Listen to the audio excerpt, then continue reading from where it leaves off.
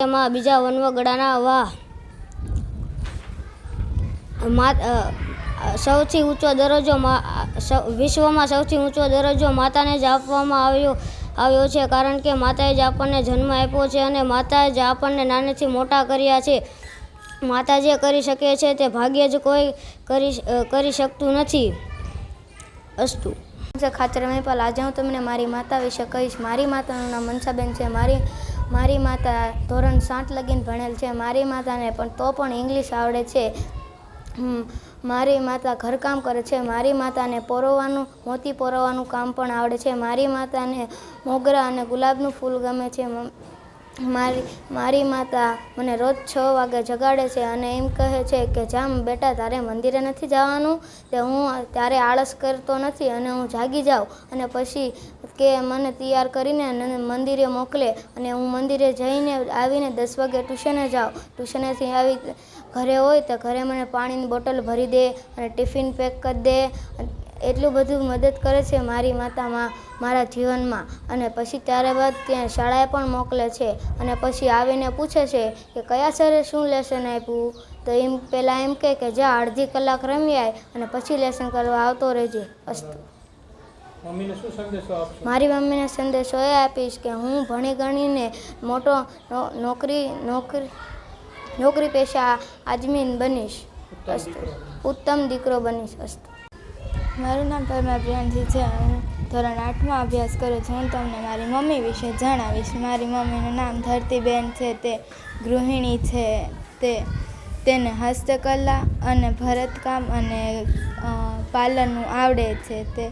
તેને red colour ગમે છે. મારી મમ્મી મને ખૂબ ગમે છે. તેથી કારણ કે તે મને બધી વસ્તુઓ લઈ આવી આપે છે અને હું કહું તે મને રસોઈમાં બનાવીને ખવડાવે છે. અભ્યાસમાં હોમવર્ક કરવામાં અને મને મદદ કરે છે અને મને ભણવામાં પ્રોત્સાહિત કરે છે. હું મારી મમ્મીને સંદેશો આપીશ કે મને આમ જ આશીર્વાદ આપતા રહે અને તે મને ભણવામાં પ્રોત્સાહિત કરતા રહે. અસ્તુ.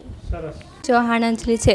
હું ધોરણ 8માં અભ્યાસ કરું છું. હું આજે તમને મારા માતા વિશે જણાવીશ. મારા મમ્મીનું નામ મનીષાબહેન છે. તે ધોરણ 8 સુધી ભણેલા છે. ઈશ્વરે સૃષ્ટિનું સર્જન કર્યું હશે ત્યારે સૌપ્રથમ માનું સર્જન કર્યું હશે. ઈશ્વર એક જ સમય બધે ના પહોંચી શકે તે માટે તેમણે માનું સર્જન કર્યું હશે. વાત્સલ્યથી છલકાતો ઘડો એટલે માં. બાળક માટે ત્યાગ આપે એટલે માં. ઈશ્વર માં અને બાળક પ્રત્યેનો પ્રેમ નિસ્વાર્થ હોય છે. અસ્તુ.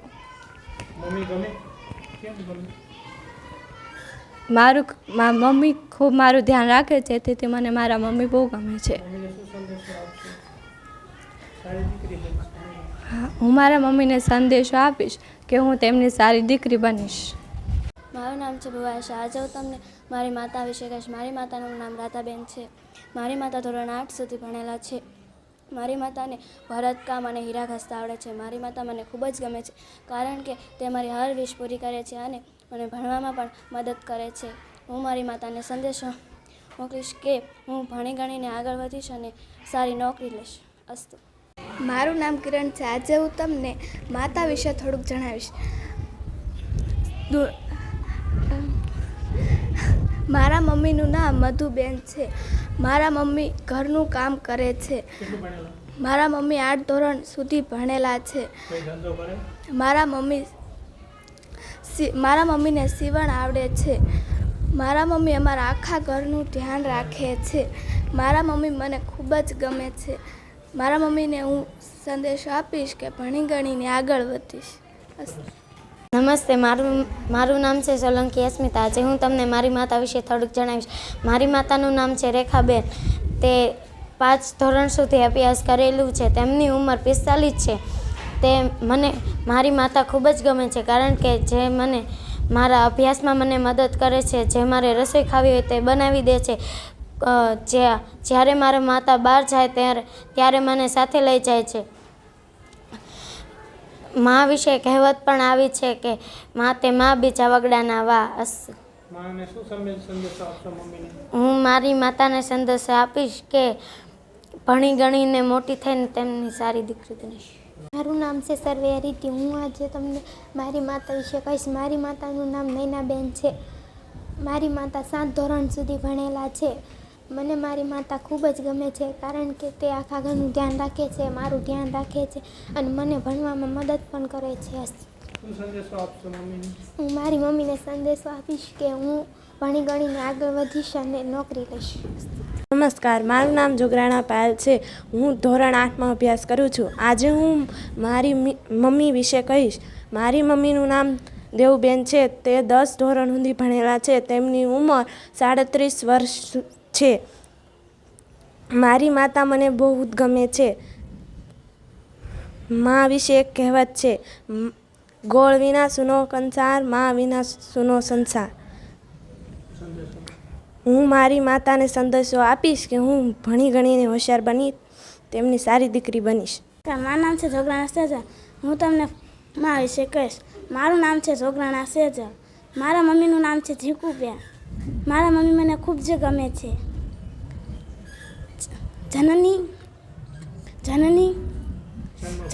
જન્મભૂમિની સૌથી મહાન ગણવામાં આવી છે. બરાબર છે.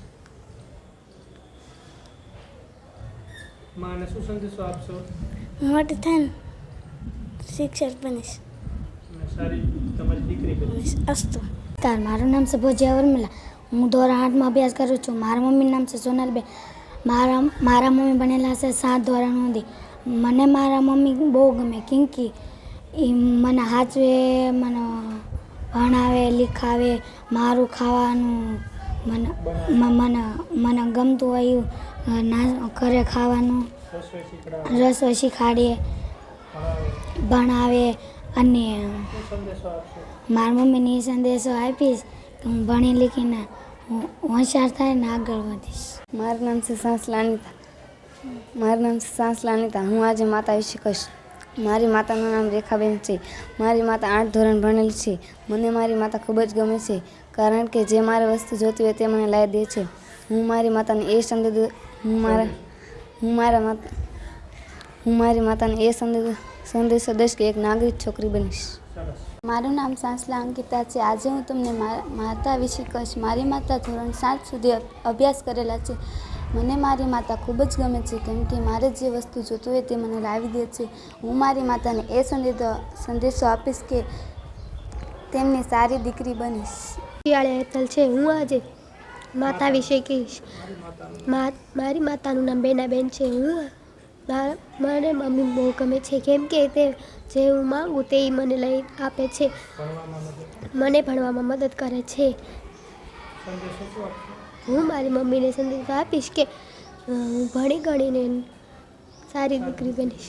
નમસ્તે, મારું નામ છે નિમાવત કોમલ. આજે હું તમને મારી માતા વિશે થોડુંક જણાવીશ. મારી માતાનું નામ છે વૈશાલીબેન.